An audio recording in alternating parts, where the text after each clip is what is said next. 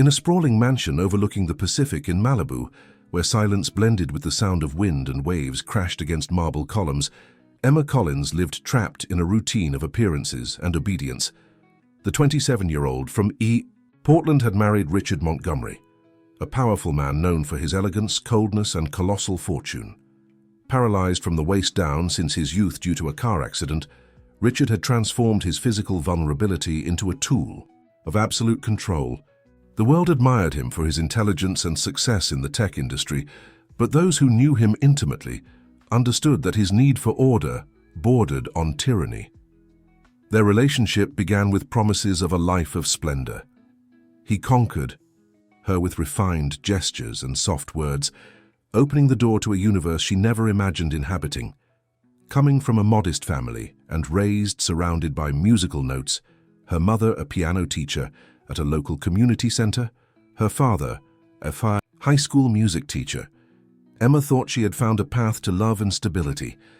However, what seemed like a fairy tale quickly turned into a silent contract, where love had to be sacrificed in the name of prestige.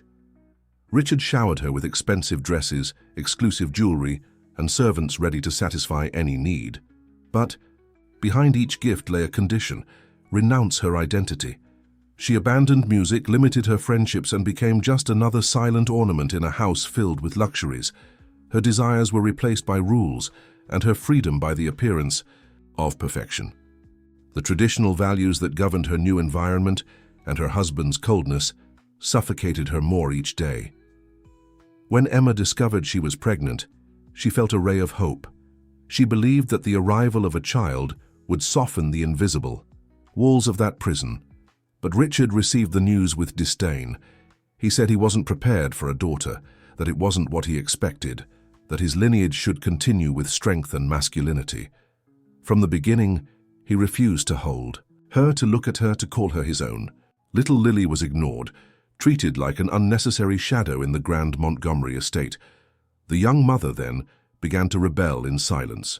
She sang to her daughter when no one was watching, told her stories, and taught her to identify sounds. She tried to protect that small world that existed only between them. But the tension grew. Her husband's looks of contempt became more constant, and the arguments, although almost always contained, began to leave invisible scars. "You shouldn't be filling her head with those ridiculous songs," Richard would say, his voice cold as ice, his wheelchair perfectly positioned at the head of their enormous dining table. "She's a Montgomery. She'll need to learn how to carry herself in society, not waste time on frivolous pursuits." "Music isn't frivolous, Richard," Emma would reply, her voice soft but determined. "It's food for the soul. It's what makes us human." "What makes us human is discipline and success," he would counter, looking at her from behind steel-rimmed glasses. "Look at what I've built despite my condition. That's what I want for my legacy, not some artistic nonsense." On Lily's third birthday, Emma had planned a small celebration. Nothing extravagant, just a cake, some balloons, and a tiny keyboard she had purchased secretly, saving from the allowance Richard provided her. She wanted to introduce her daughter to the joy of creating music, the same joy that had sustained her through her darkest moments in that golden cage. The party was set for the afternoon, when Richard would typically be locked in his study, managing his empire through video calls and emails. Emma had timed it perfectly, or so she thought. With the help of Maria, the housekeeper who had developed a soft spot for her, she decorated a corner of the garden with colorful ribbons and a small table for the cake. Lily's eyes widened with excitement when she saw the setup. For a child who had received so little attention from one parent, every gesture of love was magnified tenfold. Emma watched as her daughter clapped her tiny hands, her blonde curls bouncing with each movement. "Do you like it, sweetheart?" Emma asked, kneeling beside her. "It's beautiful, Mummy," Lily exclaimed, throwing her arms around her mother's neck. Emma guided her to the table where the small keyboard was wrapped in shiny paper. "I have something special for you, Lily, something that belongs to our family's heart." Just as Lily began to unwrap her gift, the glass doors leading to the garden slid open. Richard's wheelchair hummed quietly as he approached, his face a mask of controlled anger. "What is the meaning of this?" he asked, his voice dangerously low. Emma straightened, instinctively moving slightly in front of Lily. "It's her birthday. Richard, I thought a small celebration would be nice. Without consulting me in my home."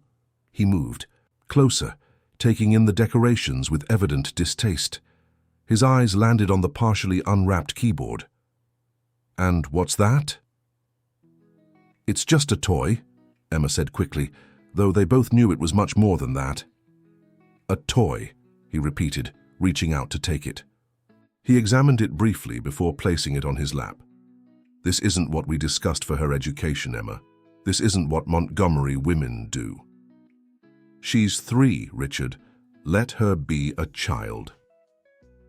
"Children need direction," he replied. "Structure. Purpose." "Not this." He turned his wheelchair, the keyboard still on his lap. "Clean this up, we'll discuss this later." As he disappeared back into the house with Lily's gift, Emma felt something inside her break. It wasn't just about the keyboard. It was about everything that had been taken from her, her freedom, her passion, her voice. And now, he was trying to take the same from their daughter. That night, after Lily had been put to bed, Emma sat in her personal bathroom, one of the few places where she could find true privacy in the vast mansion. She stared at her reflection in the mirror, barely recognizing the woman looking back at her. Her once vibrant eyes had dulled, her shoulders permanently tensed. How had she allowed herself to become this person? How had she let her dreams slip away so completely? She thought of Lily, sleeping peacefully just rooms away. Her daughter deserved better than this cold, controlled existence. She deserved laughter, creativity, freedom, all the things Emma had sacrificed. A decision began to form in her mind. Not a fully formed plan, but a seed of determination. Something had to change. For both of their sakes.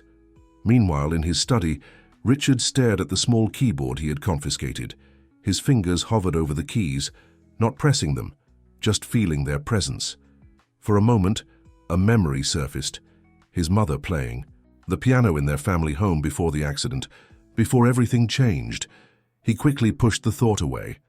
Sentimentality was weakness, and weakness was something Richard Montgomery had vowed never to show again. He pressed a button on his desk, and his assistant's voice came through the intercom. "Yes, Mr. Montgomery?" "Schedule a meeting with my lawyer tomorrow," he said, his eyes still on the keyboard. "There are some matters I need to discuss." 1 month after Lily's birthday, Emma returned home from a rare approved outing to find her suitcase in front of the grand doors of the Montgomery estate. The spring air felt unusually cold as she stepped out of the car, confusion washing over her face. Maria stood nearby, her eyes red-rimmed and avoiding Emma's gaze. "Maria, what's happening?" Emma asked, her heart beginning to race. "The housekeeper." Millie shook her head and whispered, "He's waiting for you in the study, with others." Emma rushed inside, her mind racing with possibilities. When she entered Richard's study, she found him sitting behind his mahogany desk, flanked by 2 men in expensive suits. Legal documents were spread across the polished surface. Richard's expression was impassive, as if they were discussing a minor business transaction rather than her life. "Ah, Emma, right on time," he said, his voice clinical. "These gentlemen are from my legal team. We have some matters to discuss." One of the lawyers, a grey-haired man with cold eyes, pushed a document toward her. "Mrs. Montgomery, your husband is offering you a settlement." "Settlement? For what?" Emma asked, remaining standing despite Richard's gesture toward a chair. "Our marriage has run its course," Richard stated flatly. "I'm giving you 2 options. Accept a symbolic sum of money and tickets back to Portland, or face a long and painful legal process that you will certainly lose. The condition is clear. Leave and never return. Don't take my name with you. Don't demand rights. Don't tell your story." Emma felt as if the floor had disappeared beneath her feet. "And Lily, what about our daughter?" "Lily will remain here, of course. She's a Montgomery." "You can't be serious," Emma whispered, her voice breaking. "You've barely acknowledged her existence since she was born." "I'm her father," Richard replied, unmoved. "I can provide everything she needs for a successful future. Except love, Emma countered, finding her strength. Except music and laughter and everything that makes life worth living. Richard's jaw tightened. Sentimentality. This is why I can't have her raised with your influence. The Montgomery name stands for something, Emma. Power, resilience, not emotional indulgence. Emma looked at the lawyers, then back at her husband. I won't leave without my daughter. You have no choice, Richard said, his voice dropping dangerously low. My legal team has prepared a case that would question your mental stability, your fitness as a mother. Do you really want to put yourself and Lily through that? Emma felt tears threatening, but she refused to give him the satisfaction of seeing her break. Why are you doing this? What did I do wrong? For a moment something flickered across Richard's face. Not quite regret, perhaps, but recognition. Then it was gone. Your life here is over, Emma. You never belonged in this world. The next few hours passed in a blur. Under the watchful eyes of Richard's security team, Emma was allowed to pack a small bag of personal belongings. The real torture came when she went to Lily's room to say goodbye. How do you explain to a 3-year-old that Mommy has to go away? That Daddy says she can't come along. But I want to go with you, Lily cried, her small arms wrapped tightly around Emma's neck. I know, sweetheart, I know, Emma whispered, breathing in the scent of her daughter's hair, trying to memorize every detail of her face. Mommy has to go away for a little while, but I promise you, I promise with all my heart, I will come back for you. When? Lily asked, her little voice breaking. Emma struggled to find words that wouldn't be a lie. As soon as I can, my love, as soon as I can. She placed something in Lily's tiny palm, a small heart-shaped locket with their picture inside. Keep this close, and I'll always be with you. Richard appeared at the doorway, his wheelchair positioned to block her exit. It's time. With a final kiss to her daughter's forehead, Emma walked out of the room, her heart shattering with each step. At the front door, Richard handed her an envelope. Your ticket to Portland leaves tonight. Don't miss it. Emma took the envelope, but met his gaze with newfound defiance. This isn't over, Richard. She's my daughter too. Your life here has ended, he repeated, unmoved. Remember our agreement. With her small suitcase and broken heart, Emma left the mansion that had been her prison for 4 years. But as the gates closed behind her, a seed of determination took root amongst the grief. Richard Montgomery might have all the money and power in the world, but he had underestimated one thing: the strength of a mother's love. Back in Portland, Emma found herself adrift in a city that no longer felt like home. Her parents had passed away the previous year, her childhood home sold to cover medical expenses. Friends had moved on with their lives, building careers and families, while she had been living in Richard's golden cage. With limited funds and no immediate prospects, Emma checked into a modest motel on the outskirts of town. That first night, alone in the stark room with its flickering fluorescent light, the weight of her loss crashed over her. She allowed herself to cry then, deep, gut-wrenching sobs that left her gasping for air. For hours she lay curled on the bed, clutching her phone and staring at pictures of Lily. By morning, her tears had dried, replaced by a steely resolve. Richard had taken her daughter, her security, her dignity, but he couldn't take her will to fight. After a week of fruitless job hunting, Emma's funds were dwindling fast. Her college degree in music education seemed worthless now, with schools requiring updated certifications and experience she didn't have. The settlement money Richard had given her, intentionally meager, would barely last another month. On a particularly disheartening afternoon, Emma found herself wandering into a small coffee shop to escape the rain. As she sat nursing a cup she could barely afford, an elderly woman at the next table struck up a conversation. You look like you could use more than coffee, the woman said, her voice kind but direct.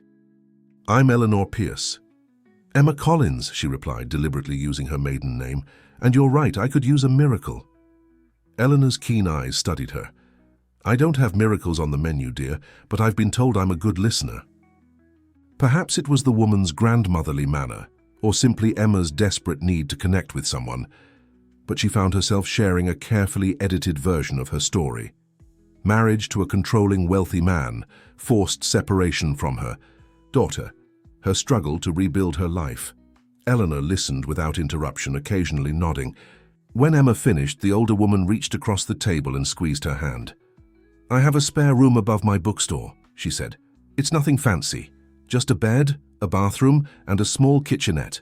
But it's yours if you need it, rent-free, until you get on your feet."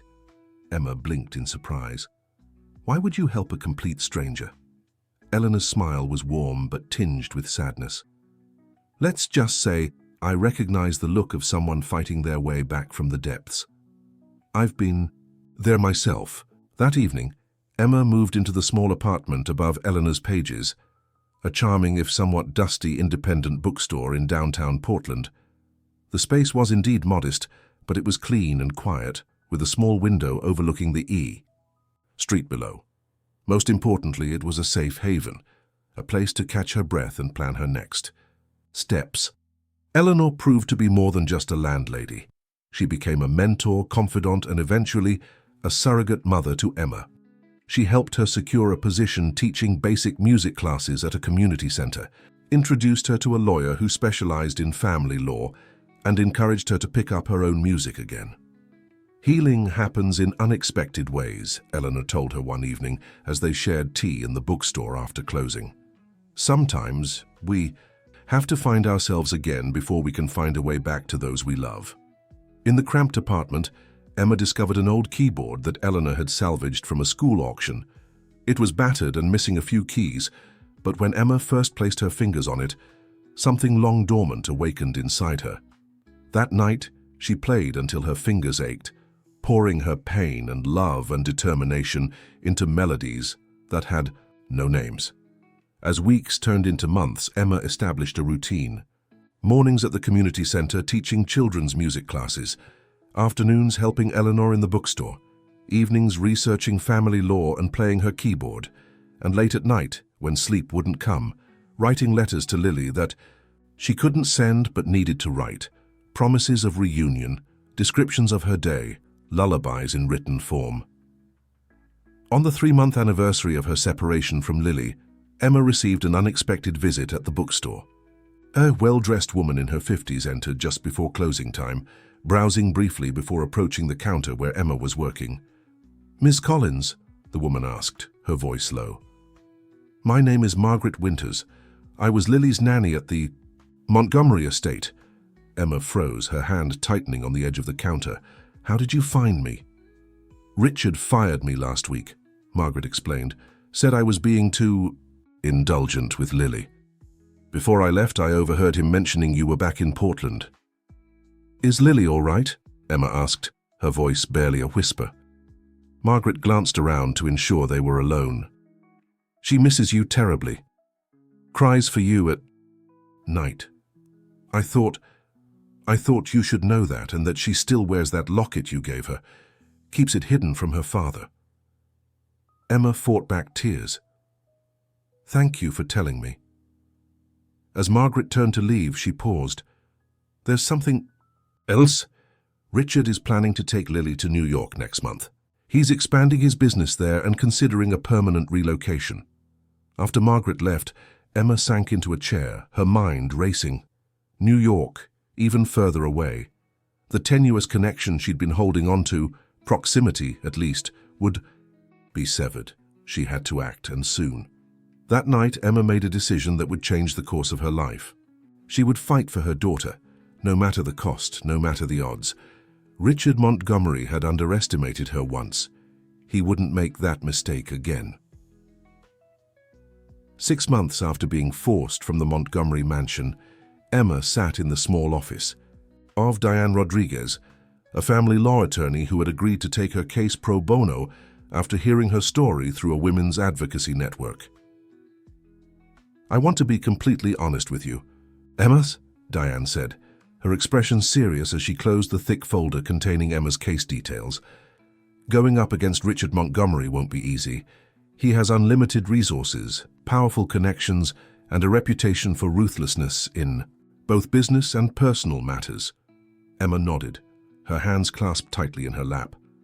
"I understand the odds, but Lily deserves to have her mother in her life. The good news is that we have documentation of your forced separation, and the terms were unconscionable. No judge would support keeping a mother from her child without substantial evidence of unfitness, which Richard doesn't have. Diane leaned forward. The bad news is that litigation could take years, during which time Richard will use every delay tactic possible. Years, Emma whispered, her heart sinking. Lily will barely remember me by then. Diane reached across the desk to squeeze Emma's hand. That's why we need to be strategic. Before we file the custody petition, we need to strengthen your position, financially, professionally, emotionally. Show the court you're stable and capable of providing for Lily. In the following weeks, Emma threw herself into building a case that even Richard Montgomery couldn't dismiss. She increased her hours at the community center, took on private piano students, and enrolled in courses to update her teaching certification. Every spare dollar went into a savings account earmarked for legal fees and creating a suitable home for Lily. On a rainy Tuesday afternoon, while setting up for her children's music class, Emma was approached by the center's director, Susan Walker. "Emma, we have a visitor who's specifically asked to observe your class today," Susan explained. "James Bennett from the Portland Symphony's Education Department. They're launching a new community outreach program, and someone recommended your work." Surprised but determined not to show her nervousness, Emma nodded. "Of course, he's welcome to observe." Throughout the hour-long class, Emma was acutely aware of the tall bearded man sitting quietly at the back of the room, occasionally making notes as she led 20 children through musical exercises designed to introduce basic concepts of rhythm and melody. Despite her initial anxiety, Emma soon lost herself in the joy of teaching.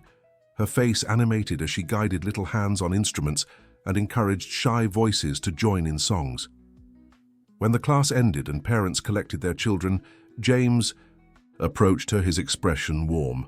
"Miss Collins, that was remarkable," he said, extending his hand. "I've observed dozens of music education programs, but rarely have I seen someone connect with children quite like you do." "Thank you," Emma replied, flushing slightly at the praise. "They make it easy. Children naturally respond to music." "Yes, but they also respond to authentic passion, which you clearly have in abundance."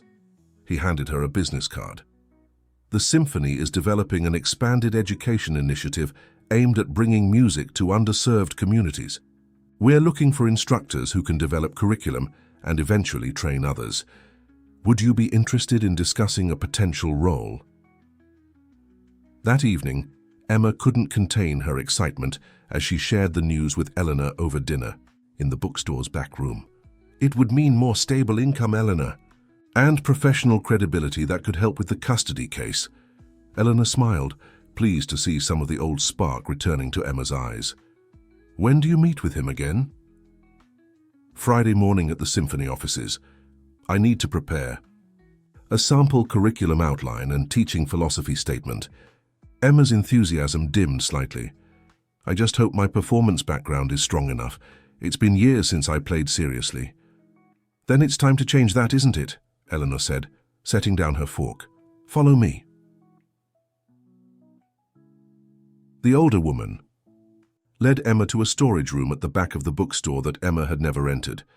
Inside, covered with a dusty sheet, stood an upright piano. "It belonged to my late husband," Eleanor explained, pulling away the cover. "It's badly out of tune, but the structure is sound. I've been waiting for the right person to bring it back to life." Tears welled in Emma's eyes as her fingers hovered over the yellowed keys. "Eleanor, I can't accept this." "You're not accepting. You're reviving," Eleanor corrected gently. "This piano has been silent too long, just like your music. You both deserve a second chance to be heard." For the next 3 days, Emma barely slept. Between teaching, preparing for her interview, and restoring the piano, she pushed herself to limits she didn't know she possessed. She called in a favor from a piano tuner she'd met at the community center and spent hours practicing pieces she once knew by heart, her fingers gradually remembering what her mind had tried to forget during her years with Richard. The interview with James went better than Emma could have hoped. Her curriculum ideas were met with enthusiasm, and when asked to demonstrate her teaching approach, she connected instantly with the panel of educators. At the end of the session, James walked her to the elevator. "There's one more thing," he said hesitantly. "Part of this position involves occasional performances in our community concert series. Nothing too intimidating, just short programs to introduce different instruments and musical concepts. Would you be comfortable with that?" Emma took a deep breath. "Actually, I'd like to audition properly for that aspect of the role. Could I play something for you now?" James led her to a practice room where a grand piano stood in solitary splendor. Emma sat down, closed her eyes briefly, and then began to play. She chose Debussy's Clair de Lune, a piece that spoke of moonlight and dreams and quiet longing. As her fingers moved across the keys, Emma poured everything into the music: her love for Lily, her determination to rebuild their life together, her gratitude for the new path opening before her. When the final notes faded, she looked up to find James staring at her, visibly moved. "Where have you been hiding?" he asked softly. "That was extraordinary." 2 weeks later, Emma started her new position with the Portland Symphony's education department. The salary was modest but stable, the hours flexible enough to accommodate her ongoing classes at the community center, and the professional environment a world away from the isolation she'd experienced in Richard's mansion. Most importantly, her new role gave her a chance to rediscover the musician she'd once been, and perhaps become someone even stronger. As she worked with children from diverse backgrounds, developing programs that made classical music accessible and relevant to their lives, Emma found herself healing through the very act of teaching others. On weekends, she began performing at local venues, small cafes, community events, occasionally accompanying the children's choir. At a downtown church, each performance built her confidence and expanded her network of supporters. People who heard her play often approached afterward, drawn by the emotional depth of her interpretations. Among these new connections was Nathan Caldwell, a violin teacher whose students sometimes participated in Emma's education programs. Quiet and thoughtful, with kind eyes and prematurely gray hair, Nathan had his own history of loss. His wife had succumbed to cancer 5 years earlier, leaving him to raise their son, Max, alone. Emma and Nathan's friendship developed gradually through shared musical projects and conversations about teaching philosophies. Both understood the delicate balance of nurturing young talent while healing their own wounds. Neither rushed toward anything resembling romance, content with the companionship they found in their shared passion for music. One evening, after a successful collaborative recital featuring their students, Nathan invited Emma to join him and 7-year-old Max for dinner at their modest home near Washington Park. "Nothing fancy," he warned with a self-deprecating smile. "Just spaghetti and garlic bread, Max's favorite." "Sounds perfect," Emma replied, surprised by how much she was looking forward to the simple pleasure of a family meal. Nathan's home was warm and inviting, filled with books, instruments, and evidence of a life centered around music and fatherhood.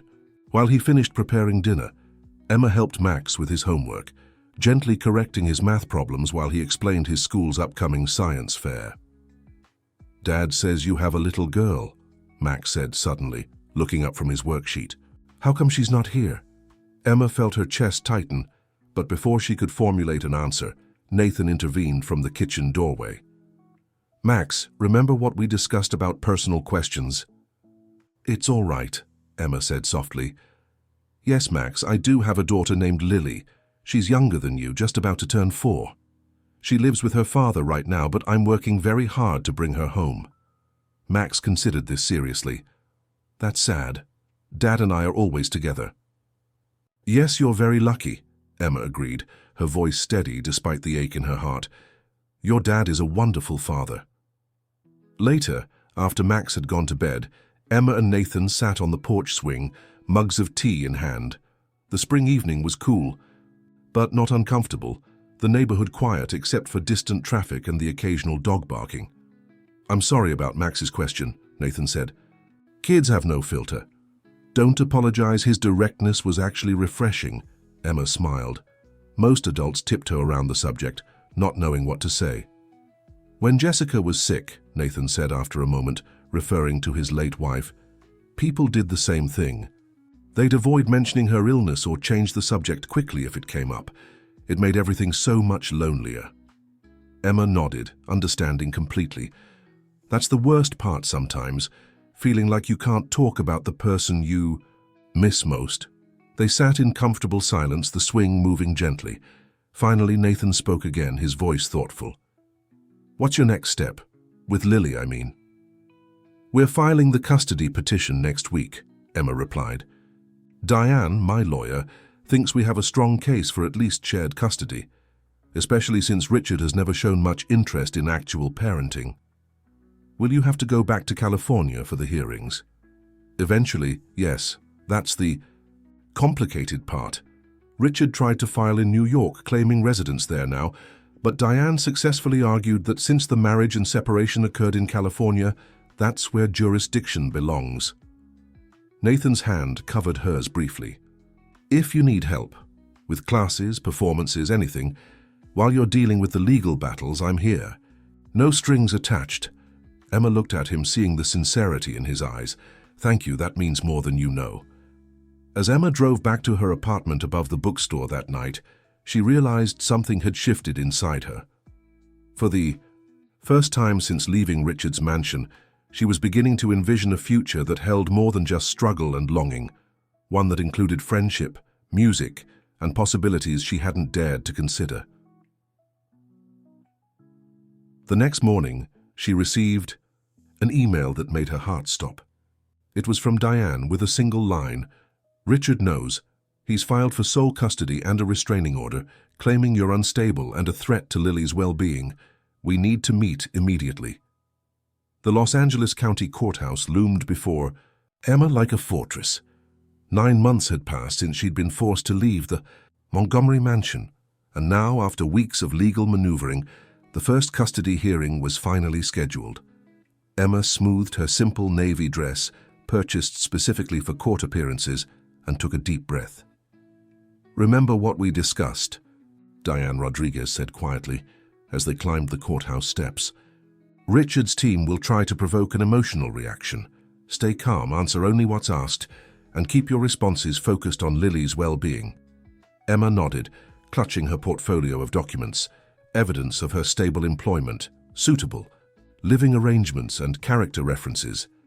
Alongside legal paperwork were photographs of her classroom, concert programs featuring her performances, and letters from parents whose children she taught. A complete picture of the life she had rebuilt specifically to welcome Lily home. Inside the courtroom, Richard was already seated at the plaintiff's table, flanked by 3 attorneys in expensive suits. His wheelchair was positioned to command attention, the successful businessman who had overcome physical obstacles. When he caught Emma's eye, his expression remained impassive, as though she were a stranger rather than the woman who had shared his bed and borne his child. All rise, announced the bailiff as Judge Harmon entered. A woman in her 60s with silver hair and shrewd eyes, she reviewed the file before her, then addressed the courtroom. This is a preliminary hearing in the matter of Montgomery versus Collins regarding custody of minor child Lily Montgomery. I've reviewed the initial filings from both parties. Her gaze shifted between Richard and Emma. I'll be blunt. I dislike cases where children become pawns in adult power struggles. My priority is Lily's best interest, not either parents' ego or agenda. Is that understood? Both parties nodded. Richard's lead attorney, Bradford Wilson, spoke first, painting Emma as emotionally unstable, financially irresponsible, and fundamentally unfit for motherhood. He presented affidavits from household staff describing instances when Emma had been excessively emotional or erratic in her behavior. Furthermore, Your Honor, Wilson continued, Miss Collins abandoned her daughter, leaving the Montgomery residence voluntarily after expressing frustration with the responsibilities of motherhood. Emma couldn't contain her gasp of outrage. Diane squeezed her arm in warning. When Diane rose to present Emma's case, her approach was methodical and fact-based. She detailed the circumstances of Emma's forced departure from the Montgomery estate, the meager settlement Richard had offered, and his explicit threat to use his resources to destroy her if she fought for Lily. Ms. Collins has spent every day since rebuilding her life specifically to create a stable, loving environment for her daughter, Diane explained, presenting Emma's portfolio to the judge. She has secured professional employment in her field of expertise, established a suitable home, and maintained consistent efforts to reconnect with Lily despite Mr. Montgomery's obstructions. After both presentations, Judge Harmon studied the documents before her, occasionally glancing between Richard and Emma. Finally, she spoke. "I'm ordering a full evaluation by a court-appointed psychologist for both parents and the child. Additionally, I'm granting Ms. Collins supervised visitation rights, effective immediately, pending final custody determination." Richard's attorney immediately objected. "Your Honor, such visits would disrupt the child's routine and could prove emotionally confusing." The judge's expression hardened. "Mr. Wilson, are you suggesting that a child seeing her mother would be harmful? Because if so, you'll need significantly more compelling evidence than what you've presented today." Emma could barely contain her emotions as the judge set the visitation schedule, 2 hours every Saturday, supervised by a court-appointed monitor at a neutral location in Los Angeles. After nearly 9 months of separation, she would finally see Lily again. As the courtroom emptied, Richard maneuvered his wheelchair to intercept Emma near the door. "This isn't over," he said quietly, his voice calm but eyes cold. "You'll never win against me, Emma. I have resources you can't imagine and patience you don't possess. Drop this now and I might consider allowing occasional contact under my terms." Emma met his gaze without flinching. "I'm not the same woman who left your house, Richard. I won't be intimidated anymore." His jaw tightened almost imperceptibly. "We'll see." The first visitation day arrived with agonizing slowness. Emma arrived at the Family Services Center 30 minutes early, a small gift bag containing a children's book about music clutched in her trembling hands. The court-appointed monitor, Ms. Reeves, reviewed the guidelines. No discussions about the custody case, no promises about future living arrangements, no negative comments about Richard. When Lily entered the room, Emma's heart nearly stopped. Her daughter had grown taller in the 9 months they'd been apart, her blonde curls longer, her face a bit less round, but her eyes, those were unchanged, bright blue and curious, like Emma's own. For a moment Lily hesitated, clinging to the hand of the nanny who had brought her. Then recognition dawned on her face. "Mommy?" she whispered, as if afraid she might be mistaken. "Yes, baby, it's me," Emma said, kneeling to Lily's level, arms outstretched. Lily broke free from the nanny and ran into Emma's embrace, burying her face in her mother's neck. "I kept the locket," she whispered, "just like you said." Those 2 hours passed like minutes. They read together, played with the room's toys, and Emma sang softly to her daughter, careful to keep her promises about following the visitation rules. When it was time to leave, Lily clung to her, big tears rolling down her cheeks. "Don't. Go, Mommy, please don't go."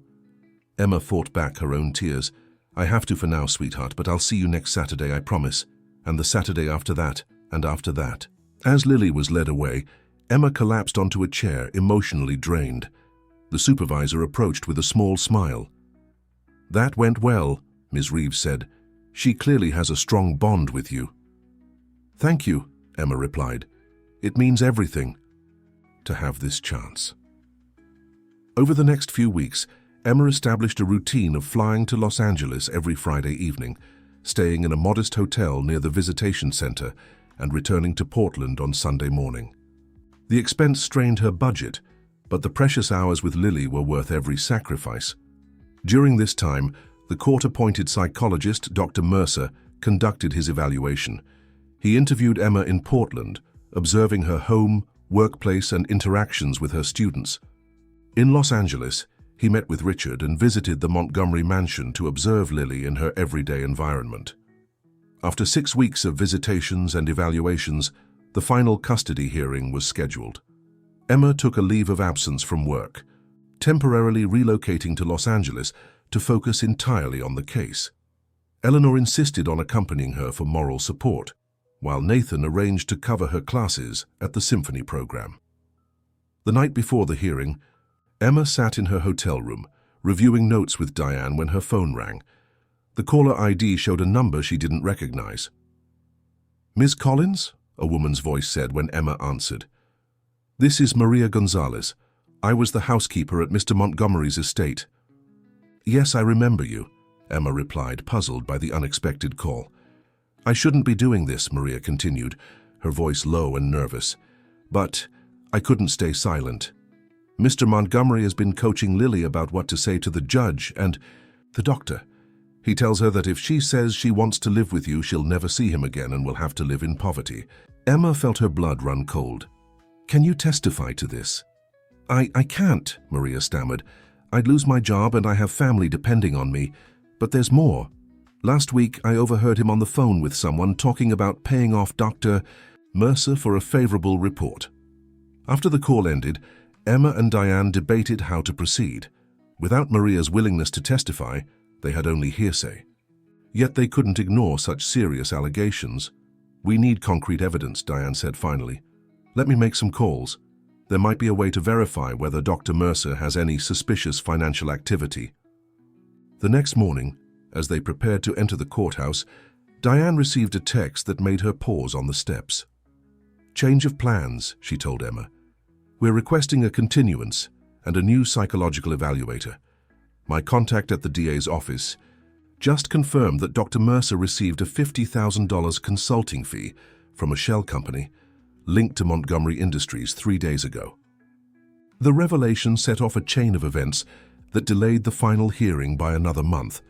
Judge Harmon, clearly disturbed by the allegations, ordered a new evaluation and expanded Emma's visitation rights to include 1 overnight stay per week at a court-approved location. These overnight visits were transformative for both Emma and Lily. They established bedtime routines, cooked simple meals together, and spent hours at the hotel pool, where Lily showed off her newly acquired swimming skills. During these precious extended hours, Lily began to open up about her life at the Montgomery mansion. "Daddy doesn't like when I sing," she confided one evening as Emma tucked her into bed. "He says it's noisy, and ladies should be quiet." "What? About your piano lessons?" Emma asked, recalling that Richard had mentioned enrolling Lily in music classes, one of his few concessions to appearing supportive of his daughter's interests. Lily's face fell. "I stopped going. Daddy said I wasn't good enough, and it was wasting money." Each revelation strengthened Emma's resolve to win custody. Richard might provide material advantages, but he was slowly crushing Lily's spirit, just as he had once attempted with Emma. The new psychological evaluation, conducted by Dr.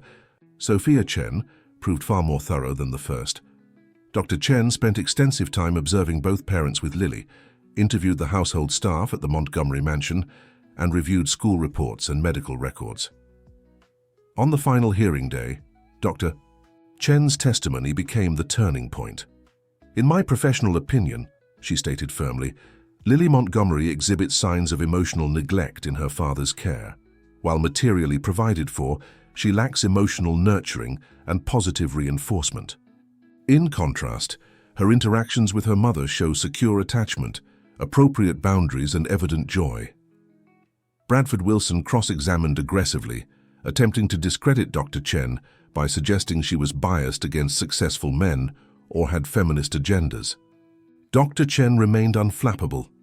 "Mr. Wilson, my evaluation is based on observable behaviors and established psychological principles, not personal biases. I would be equally concerned if a mother exhibited the emotional detachment I've observed in Mr. Montgomery." When Richard took the stand, he presented himself as a dedicated father who had been blindsided by Emma's abandonment of their family.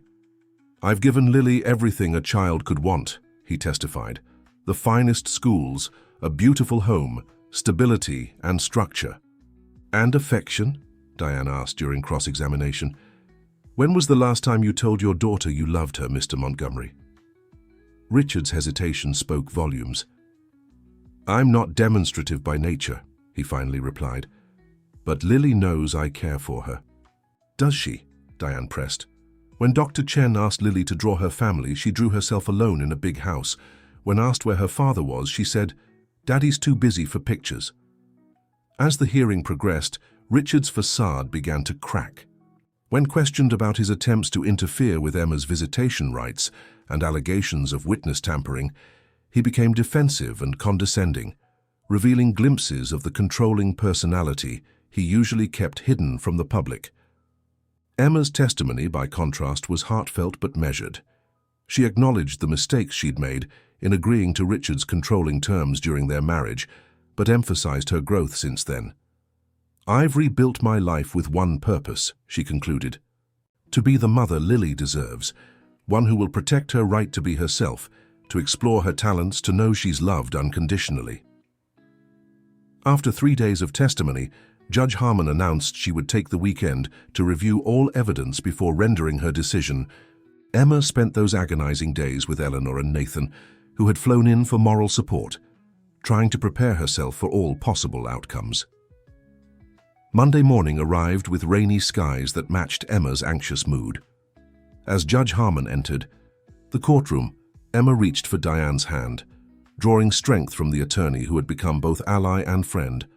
"Having considered all testimony and evidence," Judge Harmon began, her voice steady, "I find that both parents have legitimate claims to custody of Lily Montgomery. However, the best interests of the child must prevail over all other considerations." She adjusted her glasses and continued. "Mr. Montgomery provides material advantages and stability. Ms. Collins offers emotional nurturing and personal attention. Ideally, a child should have both. Therefore, I am ordering joint legal custody with Ms. Collins granted primary physical custody during the school year. Mr. Montgomery will have visitation rights every third weekend and extended time during school breaks and summer vacation." Emma let out a soft gasp. Primary custody. Lily would be coming home with her.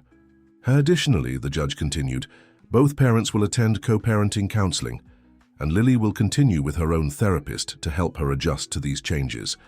This arrangement will be reviewed in 6 months to ensure it's serving Lily's best interests. As court adjourned, Emma turned to embrace Diane, tears of relief streaming down her face. Across the room, Richard sat motionless in his wheelchair, his expression unreadable. When their eyes met, Emma expected to see fury, or at least cold disdain. Instead, for just a moment, she glimpsed something she'd never seen in Richard Montgomery's eyes before: uncertainty. Outside the courthouse, reporters had gathered, alerted to the high-profile custody battle. Emma declined to comment, hurrying to the car where Eleanor and Nathan waited with anxious expressions. When she nodded with a tearful smile, confirming her victory, they enveloped her in a group hug, their joy palpable. "She's coming home," Emma whispered, still hardly believing it herself. "Lily's coming home." 3 days later, Emma stood in the doorway of the small but cheerful bedroom she had prepared in her Portland apartment. Fresh paint in Lily's favorite lavender color adorned the walls, while a collection of stuffed animals arranged on the bed awaited their owner. In the corner stood a keyboard, a housewarming gift from Nathan and Max. The doorbell rang, sending Emma's heart racing. This was it, the moment she had fought for, dreamed of, sacrificed for. When she opened the door, Lily stood there, clutching her favorite teddy bear, her small suitcase beside her. The court-appointed transition coordinator stood slightly behind, clipboard in hand. "Mommy!" Lily exclaimed, launching herself into Emma's arms. "Is this really our house now?" "Yes, sweetheart," Emma replied, her voice choked with emotion. "This is our home."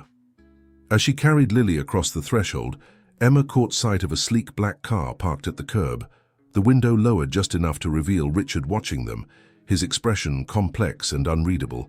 For a brief moment, their eyes met, the past and present colliding in a silent acknowledgement that nothing would ever be the same again. Then the window rolled up and the car pulled away. Emma closed the door on the old chapter of her life and turned to embrace the new one waiting inside. 2 years had passed since Emma won primary custody of Lily. Their apartment above Eleanor's bookstore had become a true home, filled with music, laughter, and the everyday moments that Emma had once feared lost forever. Now 6 years old, Lily was thriving in first grade, her natural talent for music blossoming under her mother's gentle guidance. The transition hadn't been without challenges. The first few months required careful navigation of Lily's conflicted feelings about dividing her time between two vastly different parents and households. There were nightmares, questions Emma struggled to answer honestly without disparaging Richard, and occasional meltdowns when returning from weekends at her father's luxury apartment in Seattle, where he had relocated his business headquarters.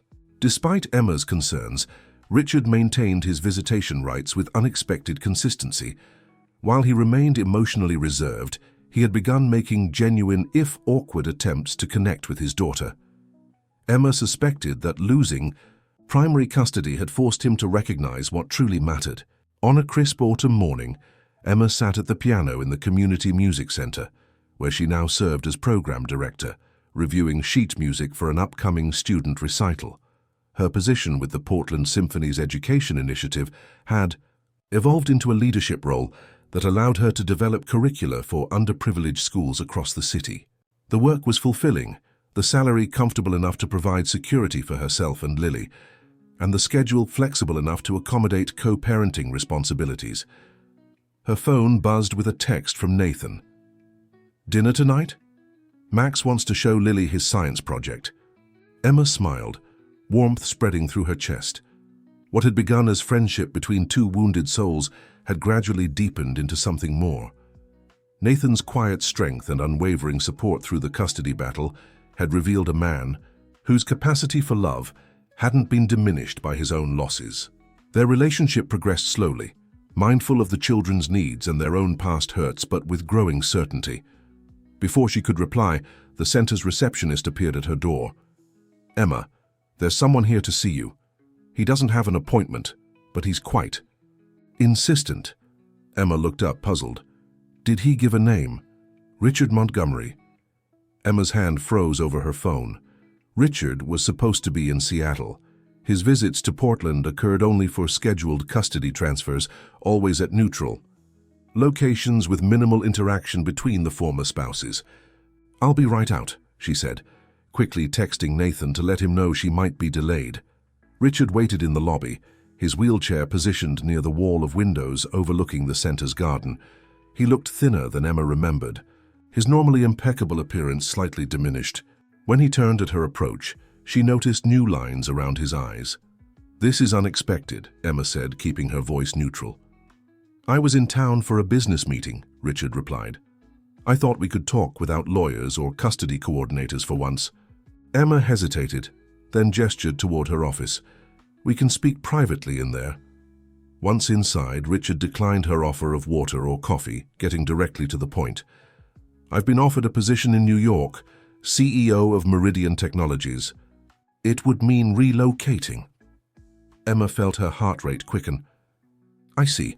And how does this affect our custody arrangement?" "That's why I'm here," Richard said, his voice lacking its usual commanding tone. "I wanted to discuss it with you before making any decisions." Emma studied him, puzzled by this uncharacteristic consideration.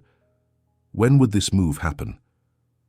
"January, if I accept, but I haven't yet." He paused, fingers tapping restlessly on the armrest of his wheelchair.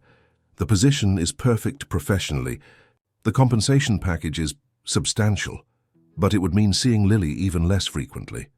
The old Richard would have made the decision unilaterally, forcing Emma to adjust or fight back through legal channels. This unexpected consultation signaled a shift she couldn't quite interpret. "What are you proposing?" Emma asked cautiously. Richard looked out the window, his profile sharp against the autumn light. "I'm considering declining the offer." Emma couldn't hide her surprise. "You'd turn down a CEO position just to maintain the current visitation schedule." "I've missed too much already," he said quietly. 3 years of her life when I was too bitter or proud to be the father she deserved. I don't want to miss more." The vulnerability in his voice was so unexpected that Emma found herself momentarily speechless. This wasn't the calculating businessman who had once threatened to destroy her if she fought for custody. This was someone she hadn't met before. father beginning to understand the true value of his child. "Richard," she said finally, "I appreciate you discussing this with me. But ultimately, this is your career decision. Whatever you choose, we'll work out arrangements for Lily." He turned back to her, his expression unusually open. "Would it be possible, regardless of what I decide about New York, for me to attend Lily's upcoming recital? She mentioned it during our last call and she seemed excited about playing." The request was reasonable, even thoughtful, but Emma felt a sudden protectiveness. The recital was in her world, the warm community of music educators, students, and parents she had built around herself and Lily. Richard had never shown interest in these events before. "Of course," she said after a moment. "She's playing a simple Chopin piece. Nothing complex, but she's worked hard on it." "Thank you." Richard maneuvered his wheelchair toward the door, then paused. "You've done well with her, Emma. She's happy, confident, nothing like I was at her age." Before Emma could respond to this unexpected acknowledgement, Richard was gone, leaving her with a strange mixture of emotions she couldn't immediately sort through. That evening, as Emma prepared dinner with Nathan in his cozy kitchen while their children worked on homework at the dining table, she recounted the strange encounter. It almost felt like an apology, she concluded, chopping vegetables with perhaps more force than necessary. But Richard Montgomery doesn't apologize, ever. Nathan listened thoughtfully, stirring the pasta sauce. "People can change, Emma. Sometimes losing what matters most makes them reevaluate everything." "I want to believe that," Emma admitted, "for Lily's sake, but it's hard to trust after everything that happened." Nathan gently took the knife from her hand, setting it down to turn her toward him.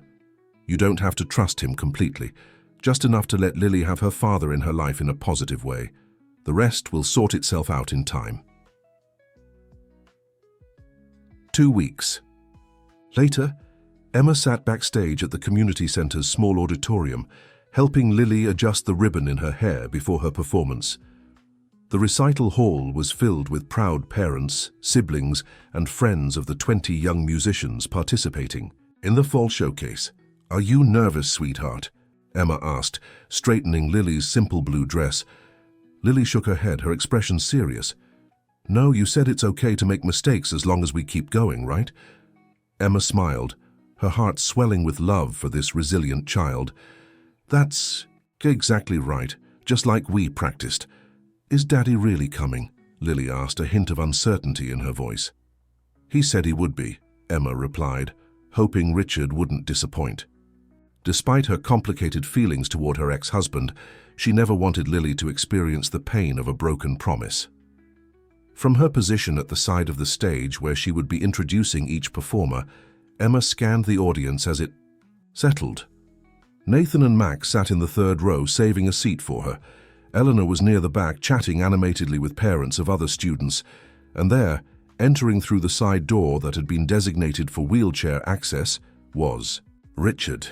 He looked unusually informal in a sweater rather than his customary suit, a small gift bag balanced on his lap.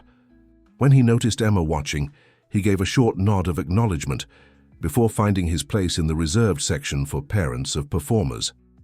The recital proceeded smoothly, each young musician demonstrating weeks of preparation and practice.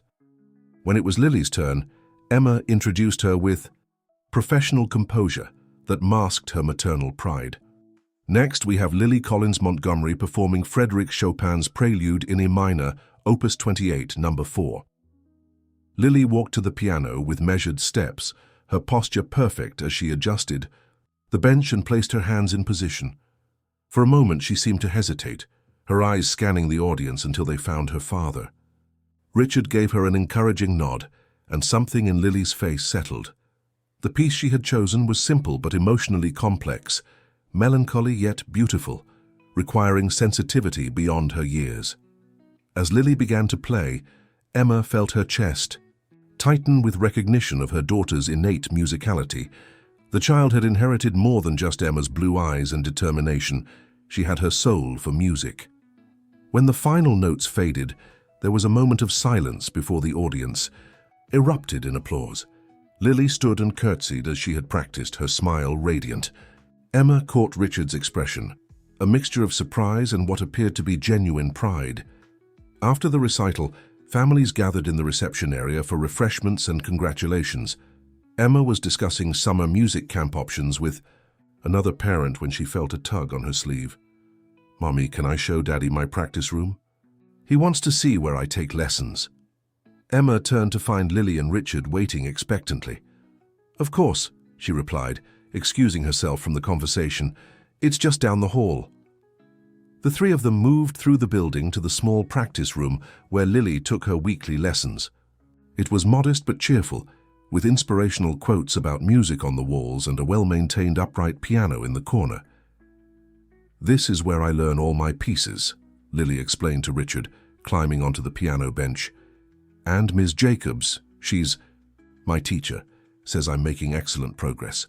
"She's not exaggerating," Emma added, leaning against the doorframe. "Lily has a natural gift." Richard watched as Lily demonstrated her warm-up exercises. "I didn't know you could play like that," he said softly. "You were remarkable tonight." Lily beamed at the rare praise. "Really? You liked it?" "Very much." Richard cleared his throat, then reached into the gift bag he had brought. "I have something for you. It's not exactly a recital gift, more of a family heirloom." From the bag, he withdrew a small wooden box, intricately carved with musical notes, along its border. "This belonged to my mother," he explained, opening it to reveal a delicate silver bracelet with a tiny piano charm. "She was a pianist too, though I rarely speak of her. She would have wanted you to have this." Emma felt her breath catch. In all their years together, Richard had never mentioned his mother's musical abilities. It was as if he had deliberately withheld this connection, this thread that might have bound them together during their marriage. Lily accepted the gift with wide eyes. "Your mommy played piano too." "She did," Richard confirmed. "At Carnegie Hall once before she married my father. I have recordings somewhere. Perhaps we could listen to them together sometime." The moment was interrupted by Nathan, appearing at the door. "Sorry to intrude," he said, sensing the delicate atmosphere. "Max and I were heading out and wanted to say goodbye to Lily." Richard looked between Nathan and Emma, his expression unreadable. "You must be Nathan Caldwell. Lily speaks highly of you and your son." Nathan stepped forward, extending his hand. "Nice to finally meet you, Mr. Montgomery." After an almost imperceptible hesitation, Richard accepted the handshake. "Richard, please?" An awkward silence followed, broken by Lily demonstrating her new bracelet to Nathan. As the child chatted excitedly, Emma noticed Richard watching the easy interaction between Nathan and Lily with a complex expression. Not quite jealousy, not quite resignation, but something in between. When Nathan and Max had said their goodbyes, promising to meet Emma and Lily for Sunday brunch, Richard maneuvered his wheelchair into the hallway. "I should be going as well. My flight back to Seattle leaves early tomorrow." Emma nodded, keeping her tone neutral. "Thank you for coming tonight. It meant a lot to Lily." Richard hesitated, then spoke with unusual directness. "I've made a decision about New York. I'm not taking the position. I'm establishing a permanent residence here in Portland instead, to be closer to Lily." The announcement caught Emma completely off guard. "You're moving to Portland?" "I'll maintain the Seattle office for now, but yes, I've purchased a house in Forest Heights." He paused, seeming to choose his next words carefully. "I want to request a modification to our custody arrangement, not to reduce your time with Lily, but to allow for more frequent, shorter visits, perhaps dinners during the week, school events, that sort of thing. Less disruption for her, more regular contact. For me."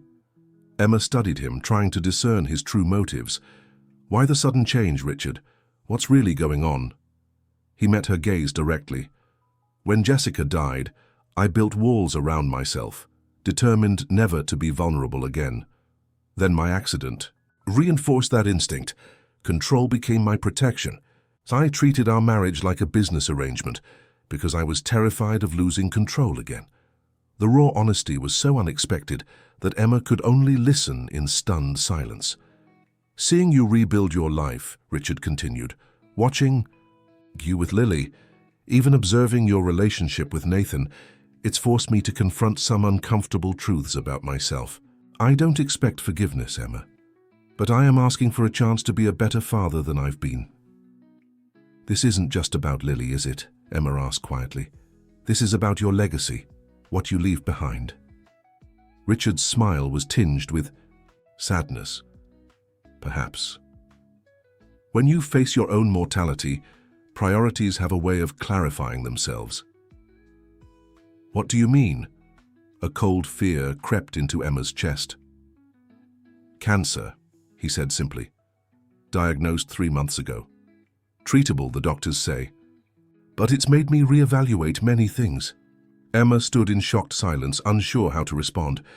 Despite everything that had happened between them, despite the pain and bitterness, she couldn't wish this on him, especially not now, when he seemed to be genuinely changing. "Does Lily know?" she finally asked. "No, and I'd prefer to keep it that way for now. I don't want her pity or worry, I just want time with her, real time, not performances for court evaluators or exchanges at custody handoffs." Emma nodded slowly. "We'll work something out. And Richard, I hope your treatment goes well." "Thank you." He turned to leave, then paused. "You've built something beautiful here, Emma. Not just with Lily, but this community, your music programs. I was wrong to try to take that from you, from both of you." As Richard disappeared down the hallway, Emma leaned against the wall, processing the surreal conversation. So much had changed, yet the past couldn't be erased. The man who had once tried to destroy her was now asking for her understanding, perhaps even her forgiveness. 6 months later, on a warm spring evening, Emma stood backstage at Portland's Arlene Schnitzer Concert Hall, her heart racing with anticipation.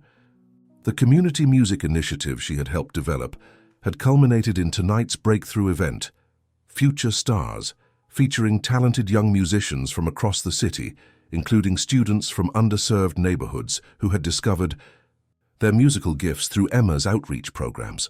Lily, now performing at a level well beyond her years, would be playing a duet with Max, who had surprised everyone by revealing a natural talent for the violin. Their piece would close the first half of the program, just before intermission. "Nervous?" Nathan asked, appearing beside Emma with 2 cups of tea. "Terrified," Emma admitted with a laugh. "But not for Lily. She's as calm as can be. I'm the one who can't stop shaking." Nathan slipped his arm around her waist. "That's because you have more invested in this than just one performance. This whole program is your vision coming to life." Emma nodded, thinking of the journey that had led her here. From a trapped, silenced wife to a woman who had found her voice not only through her own music, but by helping others discover theirs. The symmetry wasn't lost on her, how her greatest pain had led to her most meaningful purpose. In the audience, Eleanor sat, proudly in the front row, while several rows back, Richard attended with his sister, Jessica, who had flown in from Chicago.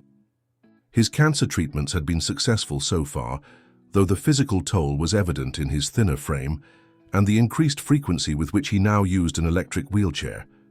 Yet his involvement in Lily's life had only deepened, his weekly dinners with her becoming a stable fixture in their co-parenting arrangement. When Lily and Max took the stage, a hush fell over the audience.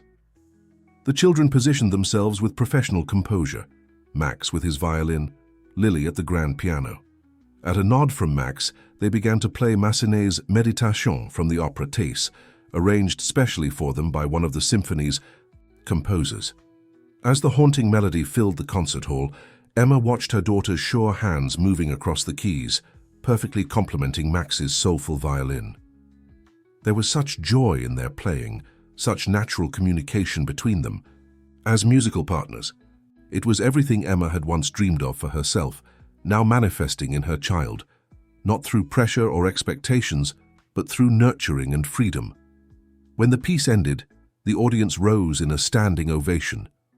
Emma caught sight of Richard in the crowd, struggling to stand from his wheelchair, supporting himself with his cane to join in the applause for his daughter.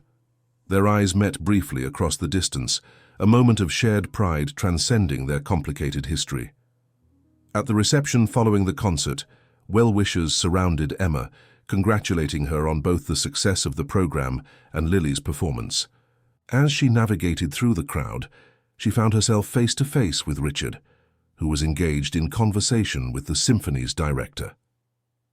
"And we'd be honored to have the Montgomery Foundation as a sponsor for the Youth Outreach Initiative," the director was saying. "Your contribution would allow us to expand to 5 more schools next year." "Consider it done," Richard replied. "My foundation is refocusing its priorities on arts education. In fact, I'd like to discuss establishing a scholarship for promising musicians from underprivileged backgrounds." When he noticed Emma, Richard excused himself from the conversation. "Congratulations," he said sincerely, "not just on Lily's performance, but on all of this. It's remarkable what you've built." "Thank you," Emma replied. "I heard you mentioning a scholarship program?" Richard nodded. "I've been thinking about it for some time. Music changed Lily's life, your life too. Other children deserve that. Same opportunity." Before Emma could respond, Lily appeared at her side, still in her performance dress, her eyes bright with excitement. "Mommy, the lady from the conservatory wants to talk to me about special weekend classes. Can I go?" "Of course, sweetheart." Emma watched as Lily darted away, then turned back to Richard. "She's thriving. I never imagined she would come so far after everything." "Children are resilient," Richard said. "More so than adults, perhaps. They forgive more easily, too." "Yes," Emma agreed, "they do." A comfortable silence fell between them. Not the charged tension of their past encounters, but something approaching peace. They had traveled a long road from adversaries to cautious co-parents, and while the journey wasn't over, the path ahead seemed clearer than ever before. Later that night, as Emma tucked an exhausted but elated Lily into bed, her daughter asked a question that caught her off guard. "Mommy, are you happy now? Really, truly happy?" Emma sat on the edge of the bed, considering her answer carefully. "Yes, sweetheart, I am. Are you?" Lily nodded, her eyes already drifting closed. "I'm happy that Daddy is nicer now, and that you have Nathan, and that we all have music." As Emma gently closed her daughter's door, she found Nathan waiting in the hallway of what was now their shared home. They had married in a small ceremony 3 months earlier, blending their families with joy and hope for the future. "Everything okay?" he asked, noticing her thoughtful expression. "Everything is right," Emma replied, taking his hand. "Not perfect, not without complications, but right in all the ways that matter." Together they walked to the living room where the piano stood. By the window, moonlight spilling across its polished surface. Emma sat and began to play softly, not a piece of classical music this time, but an original composition she had been working on for months. "Does it have a name yet?" Nathan asked, sitting beside her. Emma nodded, her fingers continuing their dance across the keys. "I'm calling it Redemption in D minor.